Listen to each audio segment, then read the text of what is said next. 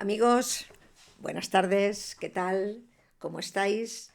Disculpar, esta semana voy retrasada con el vídeo, pero he estado fuera trabajando y no he podido grabarlo antes. Pero bueno, ya estamos aquí.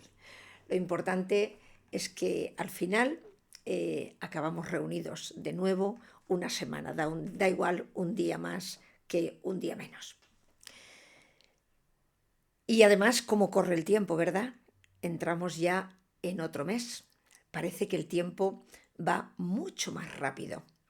Estas nuevas frecuencias que nos están entrando a la Tierra se notan precisamente en eso, en el tiempo. Vamos a comenzar hoy a responder a las preguntas que generalmente siempre me hacéis a través del correo electrónico. Y una de ellas que me hacéis es si los animales tienen conciencia. ¿Es verdad que los animales evolucionan o tienen conciencia? Es una de las preguntas que me estabais haciendo. Pues claro, amigos, por supuesto que sí. Los animales son ángeles guardianes nuestros también, que nos acompañan, son seres custodios nuestros que nos acompañan aquí en nuestra trayectoria en la Tierra durante un tiempo. Sobre todo los animales de compañía, que son los gatos o los perros o cualquier animalito de estos que está con nosotros algunos años. Las mascotas, que sobre todo es lo que le llamamos nosotros a estos animales de compañía, tienen emociones exactamente igual que nosotros. Sufren si los tratamos mal, si les pegamos, si nos enfadamos, si nos vamos por un tiempo y ellos se quedan solos, se sienten abandonados. Pero también se ponen alegres cuando los llevamos al campo, los acariciamos, les damos un premio. Entonces ellos les expresan sus emociones con esa alegría. También tienen la capacidad suficiente de aprendizaje, porque aprenden a hacer cosas que nosotros les enseñamos y además se convierten en hábitos. Ellos tienen sus costumbres, sus hábitos, sus camas, sus lugares donde ellos están más a gusto, donde ellos realmente se sienten contentos. Ellos tienen sus costumbres, sus hábitos, igual que los tenemos nosotros. Y también, fijaros, también tienen memoria, porque nosotros les enseñamos y todo eso que aprenden, ellos lo recuerdan continuamente y así lo van practicando. Nosotros, los humanos, tenemos la máxima conciencia y tenemos la autoconciencia. ¿Qué significa la autoconciencia? Pues la autoconciencia es un reflejo, es como un espejo que nos dice o nos indica si nuestros actos son correctos o no. Es como un acto reflejo de de todo lo que nosotros hacemos a lo largo de nuestra vida, si lo hacemos bien o lo hacemos mal. Entonces, esta es la máxima expresión que no tienen los animales. Esto es lo que nos diferencia de que no tienen los animales. Los animales pertenecen a una segunda dimensión igual que las plantas. Lo que pertenece a una primera dimensión son las rocas, las piedras. ¿Cómo sabemos cuando un mineral, unas piedras están más o menos evolucionados? Bueno, pues por supuesto un diamante es un mineral que está en su máximo estado de evolución si lo comparamos con una piedrecita que nos encontramos en el campo. Los animales, las plantas evolucionan conforme más sean aptas para sanación en el ser humano. Entonces, esa es la evolución de las plantas. Y los animales van adquiriendo conciencia conforme más aprenden, porque inmediatamente ya después del género humano del género animal pasamos al género humano. El animal más inteligente que hay en este momento es el delfín. El delfín tiene una actitud comparable, incluso superior al ser humano. Una vez que hemos aclarado esto, pues vamos a pasar también a otra pregunta que me habéis hecho antes de empezar a hablar del tema que sabéis que nos trae hoy. Y la otra pregunta que me hacéis es el ego. El ego. Realmente, ¿para qué sirve? ¿Qué papel? La pregunta que me hacéis es ¿qué papel representa el ego en el ser humano? El ego es simplemente la imagen que nosotros le proyectamos a los demás. A diario, simplemente es la cara que nosotros le ponemos a los demás, creyendo que esa es nuestra auténtica identidad, cuando estamos totalmente equivocados. Pero, ¿qué es realmente el ego? Bueno, pues según se describe en muchas enseñanzas espirituales, el ego es el gran engaño que tenemos el ser humano. Es lo que nos separa realmente de la verdad. Es una ilusión creada que es lo que nos mantiene a nosotros atrapados en esta matrix en la cual estamos y que nos hace que pensemos que estamos separados del resto de los humanos, que nosotros somos aislados y únicos.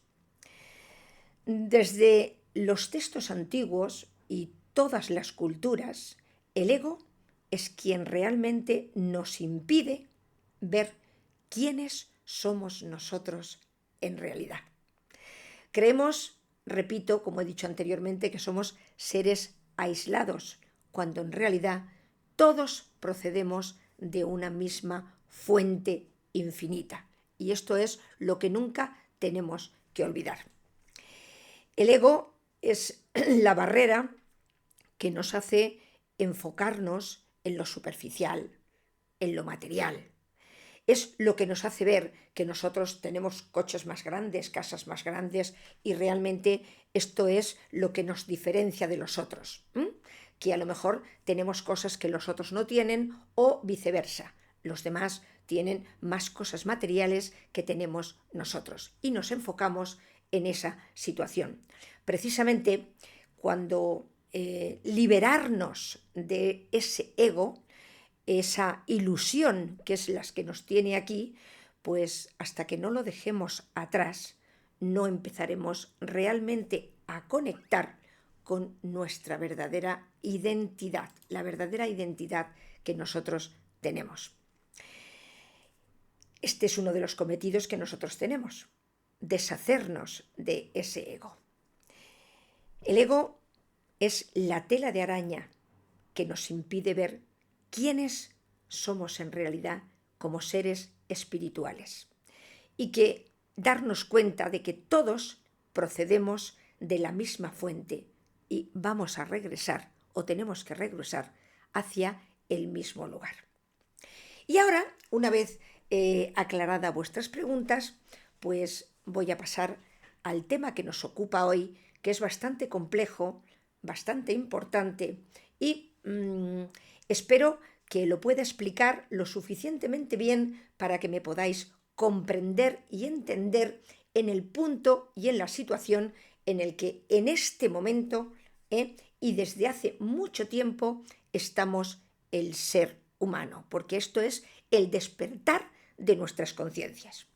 Bien, y ahora la semana pasada acordaros que hablamos de los Illuminati, esa orden que representa ese ojo en la pirámide que todo lo ve y que tiene tentáculos en todo el mundo y pretende actualmente ya controlar hasta nuestros pensamientos.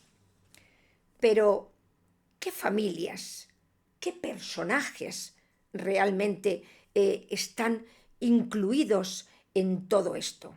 ¿Por qué se llama la nobleza negra, que era lo que hablábamos, lo que decía que os iba a ampliar esta semana?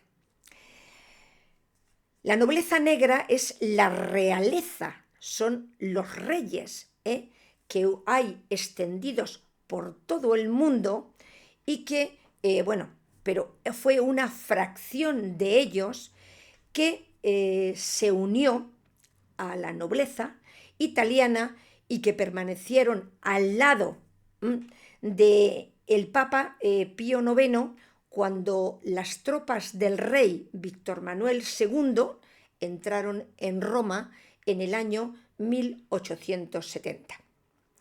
Ahí fue donde se puso el punto y final a la independencia del Estado y del Vaticano, del Estado Pontificio, y cogió automáticamente el control el Estado y lo fundió con la religión. Se les llama precisamente la nobleza negra por su falta de escrúpulos a la hora de conseguir cualquiera de sus objetivos, sean asesinatos, expropiaciones, fraudes, leyes indebidas que se ajustan a sus deseos.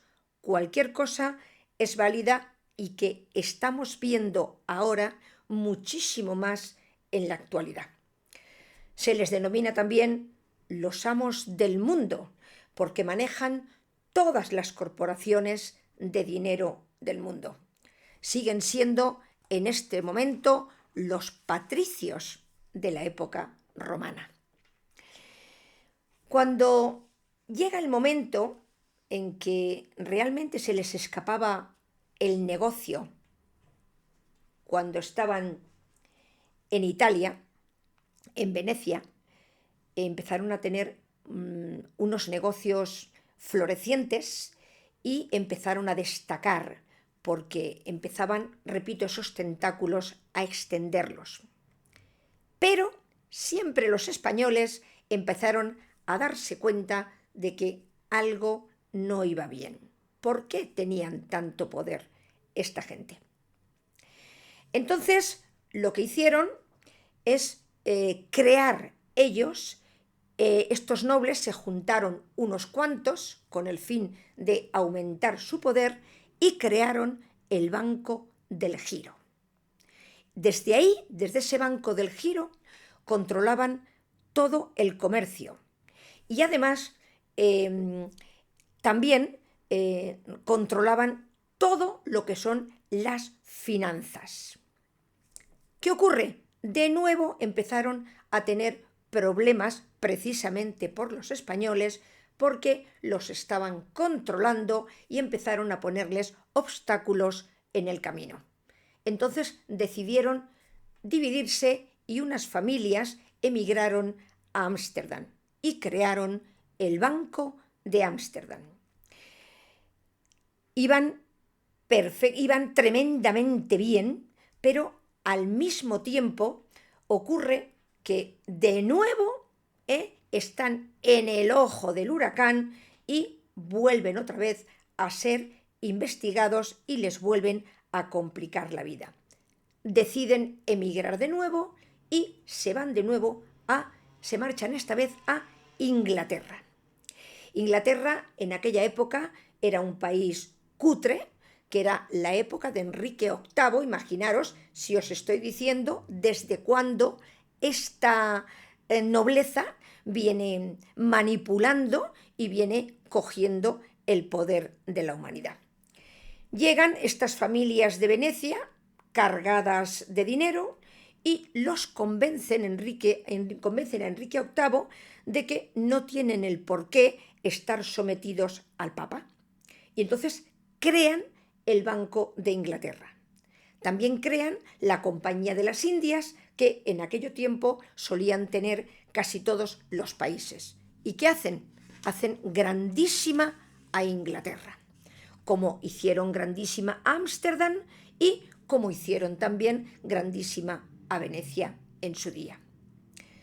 Pero de nuevo vuelven a ser controlados y esta vez se trasladan a Estados Unidos.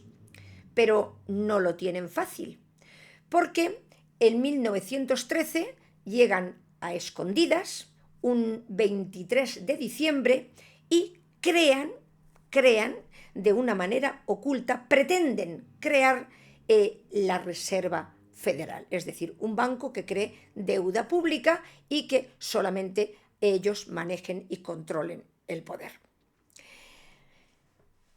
¿Qué pasa entonces? Hay personas, familias también de la nobleza, que se oponen a esto porque dicen que es imposible, vamos, que no es justo que se haga esto. Y ahí entra, en aquella época, acordaros, la famosa historia del Titanic. ¡Uy! ¿Qué pasó con el Titanic? Bueno, pues el hundimiento del Titanic tiene muchísimo que ver con precisamente la creación de este Banco Federal. ¿Por qué? Crean un barco fabuloso, que en realidad no se llamaba el Titanic, se llamaba Atlantic, y era un barco viejo, averiado, y lo que hicieron fue que lo restauraron, le pusieron las 1000 maravillas para que pareciera el superlujo de la época, y en aquella época fue el boom, el boom. Todos querían estrenar el primer barco, el primer viaje en el Titanic. Aquello era una delicia. Las familias más pudientes, pues incluso las menos, porque había diferentes escalas dentro del barco, estaba primera categoría, segunda categoría y tercera categoría. Entonces, ¿qué pasaba? Pues todos querían hacer ese primer viaje en el Titanic o en el Atlantic, que es como realmente se llamaba. ¿Qué ocurrió? Bueno, pues prepararon ese hundimiento para deshacerse de estas familias o de estos que se oponían a la creación del Banco Federal. Con lo cual, lo del Titanic no fue un accidente, fue algo premeditado por esta nobleza negra para salirse con la suya y conseguir sus objetivos. Porque imaginaros que la misma noche, la noche antes de la partida del Titanic, pues se dieron de baja muchísima gente, entre ellos el dueño del barco. Se justificaron con imprevistos, pero es porque ellos de antemano sabían lo que iba a pasar y no querían estar en ese barco, porque luego fue un desastre, no había binoculares, ¿cómo no se dan cuenta de que iban a chocar? No había suficientes barcos, botes salvavidas, tampoco había flotadores salvavidas, estaban encerrados en un armario y precisamente uno de ellos, el que tenía la llave, se había despedido la noche de antes y tampoco había viajado en el barco, pero no se les ocurre a nadie romper esa cerradura. O sea, son tantas incongruencias en ese viaje que en realidad lo que hicieron fue hundir el barco. Prueba de ello es que nada más, al poco tiempo de esta desgracia que le costó la vida a tantísimas y tantísimas personas, se creó el Banco Federal, puesto que ya no había ningún obstáculo. ¿Qué hace la Reserva Federal entonces? Bueno, pues tiene el imperio dominante y el control económico de todo el mundo. Controlan las monedas, las grandes empresas, controlan la economía y fijaros que han pasado 500 años desde 1524 y siguen teniendo el mismo esquema y la misma forma de operar. Solo que ahora con más descaro. Ellos nos dan papeles en forma de dinero y ellos se quedan con el oro. Hay familias muy conocidas, son 13 las familias que realmente crearon todo esto y que son los iniciadores de la situación que estamos viviendo hoy en día. Acordaros, la familia Rothschild fue una de las más famosas, una familia judío-alemana, y creó la mayor red financiera internacional. Esta familia fue ennoblecida por el gobierno de Austria y de Gran Bretaña. Y repito, ellos crearon unas grandes infraestructuras, sobre todo en los ferrocarriles y en el canal de Suez. Moldearon las altas finanzas, como las finanzas como las conocemos hoy, y además ellos se casan entre primos porque nunca mezclan su sangre y menos su capital o su dinero. Lo que hicieron en los Rothschild fue expandir todos sus herederos por los lugares más importantes del mundo y extendieron esos tentáculos. Financiaron guerras, por supuesto que sí, hicieron préstamos a los gobiernos, muchos prepararon muchos conflictos que les molestaban para sus planes, pero sobre todo suministraron al Banco de Inglaterra la moneda suficiente para evitar una gran crisis de mercado en aquella época. Los Romanov son otra familia que fue la última familia imperial que gobernó Rusia. Acordaros que el último zar fueron asesinados, él y su familia, y fueron aristócratas de alto rango en Rusia y gobernaron en los siglos XVI y XVII. Mikhail Romanov se convirtió en el primer zar de Rusia durante un periodo de 15 años de agitación política, tras la caída de la dinastía medieval Zuri en Rusia. Luego su nieto, el nieto de Mikhail, Pedro, conocido también como Pedro el Grande, transformó Rusia en uno de los imperios más grandes que tenía Europa. La familia Khan fueron gobernantes del imperio mongol. La familia Zhou fueron apellidos de la dinastía Mil. Mil significa brillante y fueron los gobernantes de China desde 1368 a 1644. Los Capetos, que fueron también muy conocidos, es la casa real más grande y la familia real más numerosa de toda Europa. Imaginaros si podían extender sus tentáculos o no. El actual miembro de la familia que permanece de esta rama es Luis Alfonso de Borbón y que también es legitimista del trono francés. La corona inglesa, no podemos olvidarnos de la corona inglesa. La reina de Inglaterra fue una de las principales en la nobleza, en esa nobleza negra, y todos sabíamos el poder que tienen, sin olvidar que ya descienden de los reptilianos, con lo cual, o de los draconianos, se refiere de los, pero yo pienso que son los reptilianos. Con lo cual, imaginaros aquí el poder. Un día os contaré una anécdota de una clienta que yo tenía aquí en mi gabinete y fue camarera de la reina Isabel durante muchísimo tiempo. Y salió corriendo un día, ya os contaré la anécdota, y nunca más volvió cuando os cuente lo que vio. Bien, estábamos sin salir, no me quiero salir del tema hoy porque la corona inglesa hemos dicho, sabemos el poder que tuvo y el poder que aún tiene. Carlos de Inglaterra, una persona acomplejada por los desprecios y el trato durísimo que recibió de sus padres, es uno de los iniciadores de la Agenda 2030. Y todos ellos son de la misma orden de los Illuminati, absolutamente todo.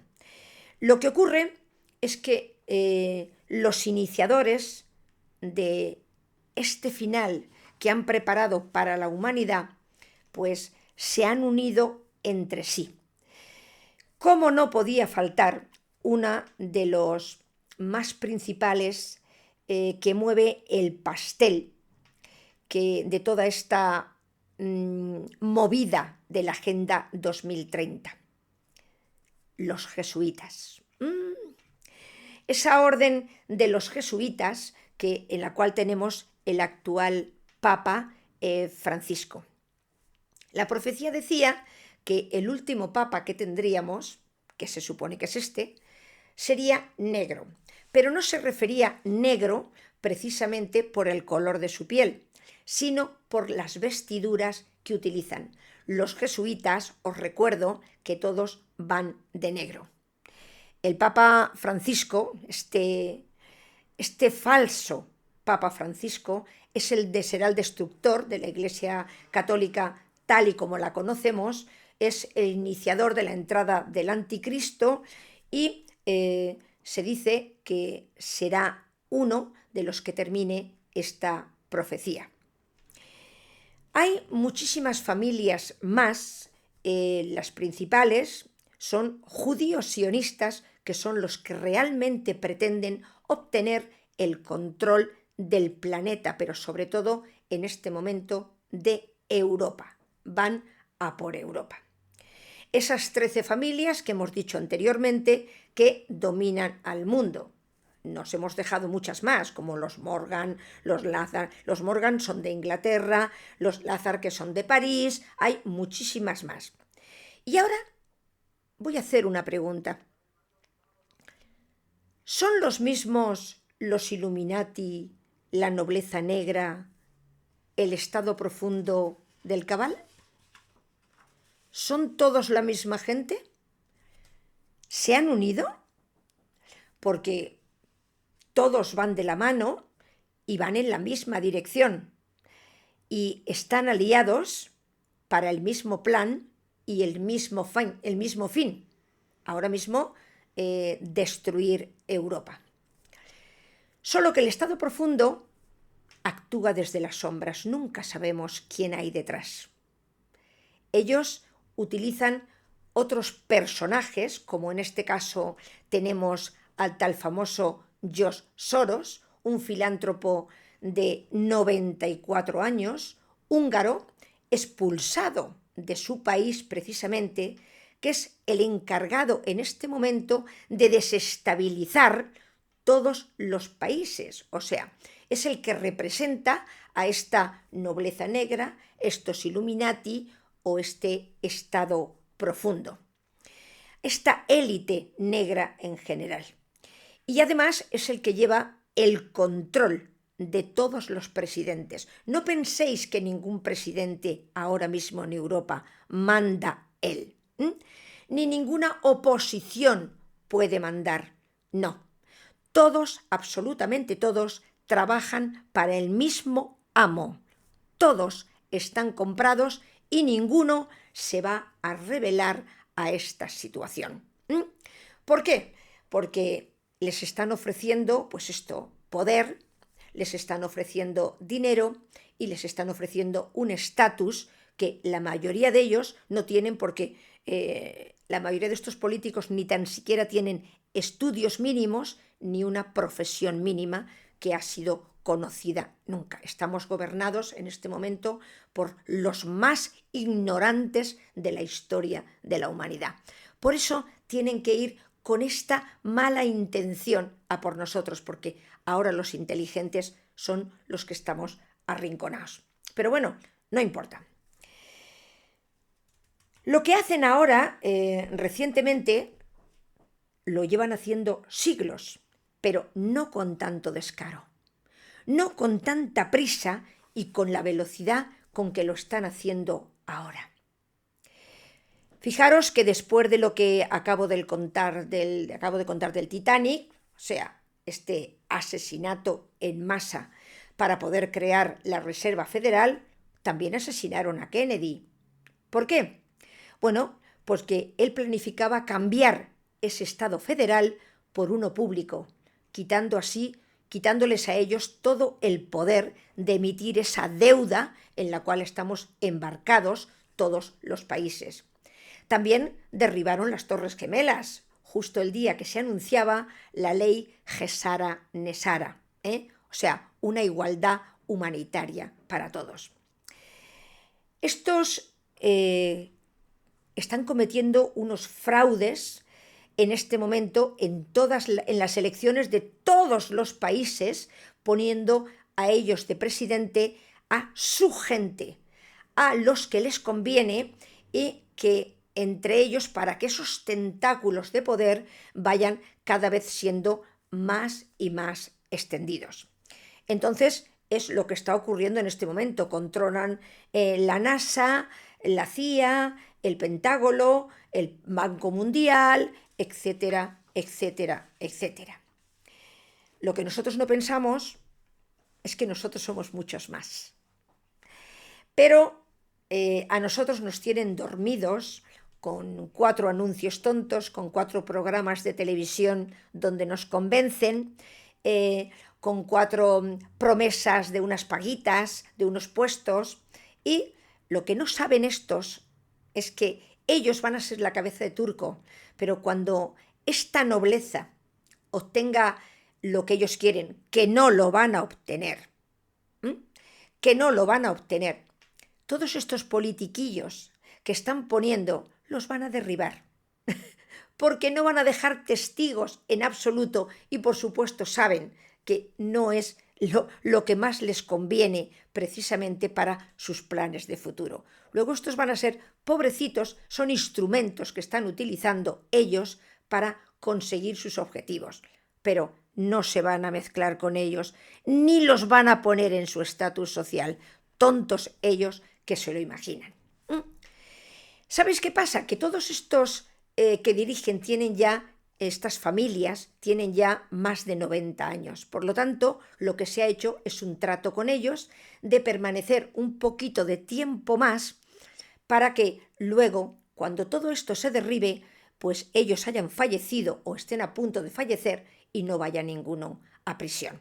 Esto es un poco lo que ellos pretenden. Ahora ya sabemos todos quiénes son, cómo se mueven, lo que pretenden y también la intención que tienen. Sin embargo, yo pregunto, ¿y si tenéis tanto poder y tanta seguridad de lo que hacéis, por qué os construir búnkers donde esconderos, donde estéis almacenando alimentos para más de 10 años? ¿Por qué preparáis viajes a Marte o a la Luna para escapar? ¿De qué tenéis miedo? Esto es una pregunta que nos podemos hacer.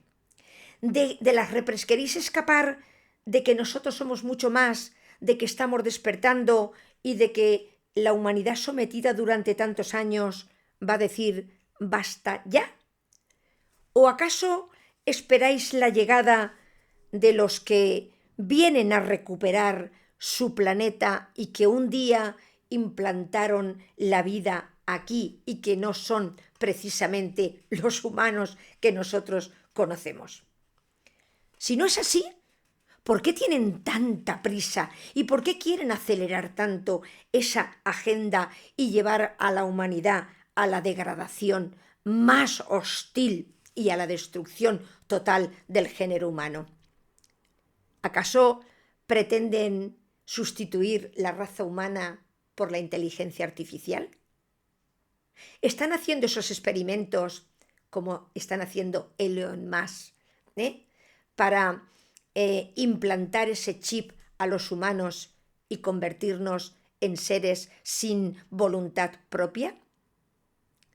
¿Quién está por llegar a la Tierra y que ellos saben y que tienen miedo o no saben cómo van a hacer? ¿Hay algún satélite que decía JJ Benítez, y hablaremos de él en otro vídeo, que temen ellos que vaya a chocar con la Tierra? ¿Qué nos están ocultando en realidad? Porque ellos actúan pero saben que el tiempo se les acaba. ¿Qué es lo que esconden? ¿Cuáles son sus objetivos?